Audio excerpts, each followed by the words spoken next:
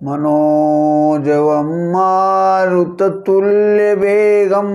जितेन्द्रियं बुद्धिमतां वरिष्ठं वातात्मजं वानरयूथमुख्यं श्रीरामदूतं शरणं प्रपद्ये। पिछले एपिसोड में हनुमान जी रामदूत बनकर के जा रहे हैं। जानकी जी के पास गए और अपना परिचय दे रहे हैं कि रामदूत मैं मातु जानकी, सत्य शपथ करुणा निधान की। हे माता, मैं राम का दूत हूं। जानकी जी ने हनुमान का परिचय जब प्राप्त कर लिया और उनको विश्वास हो गया कि ये दूत राम के द्वारा ही भेजा गया है, तब उन्होंने कहा कि हनुमान, कि प्रभु ने मुझे भुला दिया है। हनुमान ने कहा, माता, प्रभु ने आपको नहीं बुलाया है। आप कैसे जानती हैं कि प्रभु ने मुझको भुला दिया? तब जानकी जी ने जो कहा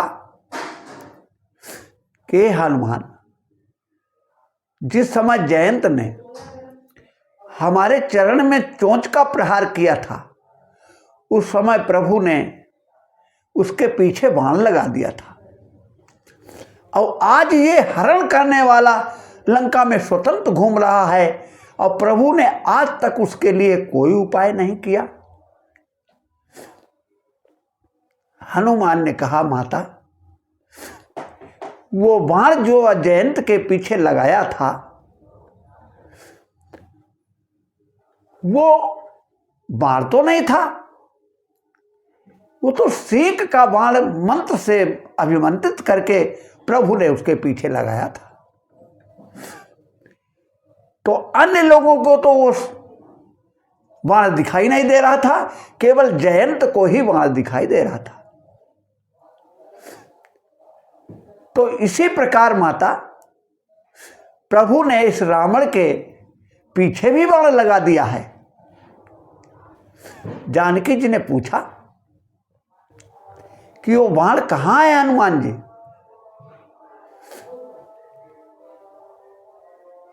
तो हनुमान जी ने कहा कि माता, ये वह बाण आपके सामने बैठा है।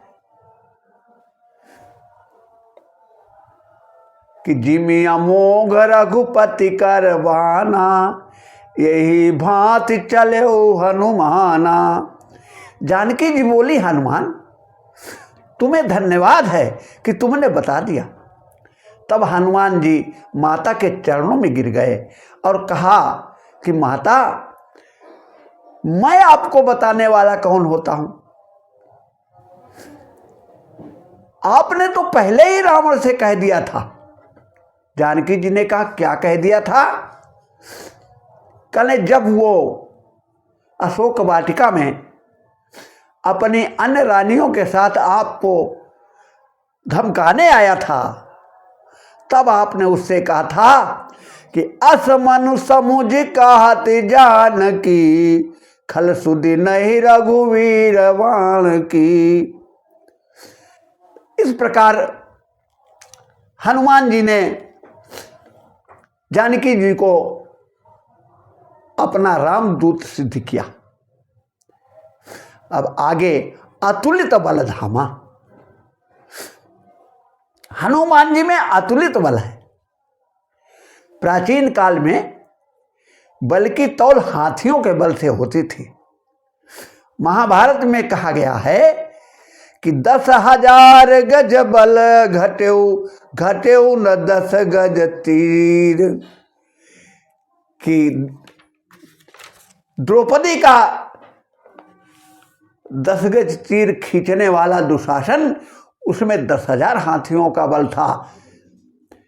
तो उसके बल की माप हाथी के बल से की गई थी।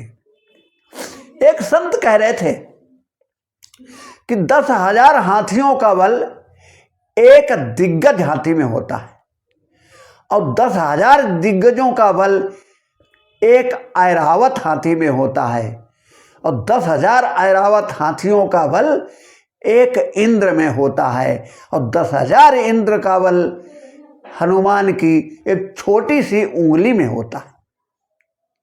अतः हनुमान जी अतुलित बल वाले। पर गोस्वामी जी कहते हैं कि जय हनुमान, कि हनुमान में कोई अभिमान नहीं, उन्होंने तो अपने मान को हन दिया। द्रोणागिरि पर्वत को गेंद के समान उठा लिया। हनुमान से रावण ने कहा कि हमारा तुम्हारा युद्ध हो जाए। हनुमान ने कहा युद्ध में तो बहुत समय लगेगा, तो उसने कहा एक छोटा सा युद्ध हो जाए, एक एक मुक्के का। तो हनुमान तैयार हो गए और रावण से कहा कि पहले तुम ही मुक्का मारो। रावण ने कहा नहीं हनुमान, पहले तुम मुक्का मारो।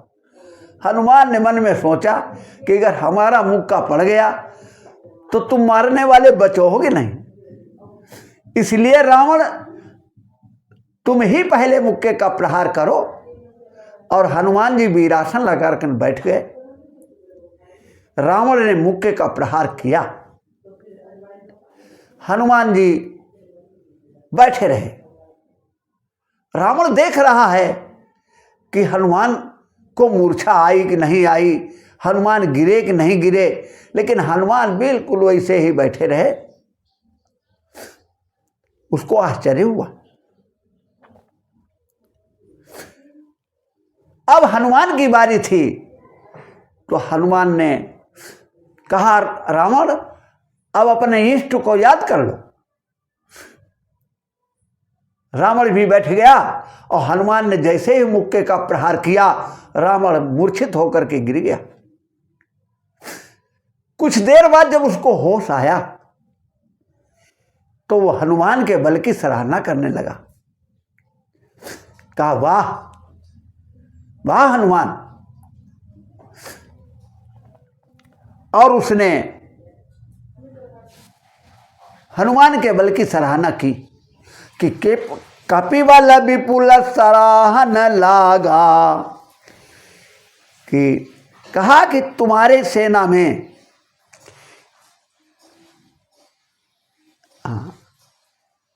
हनुमान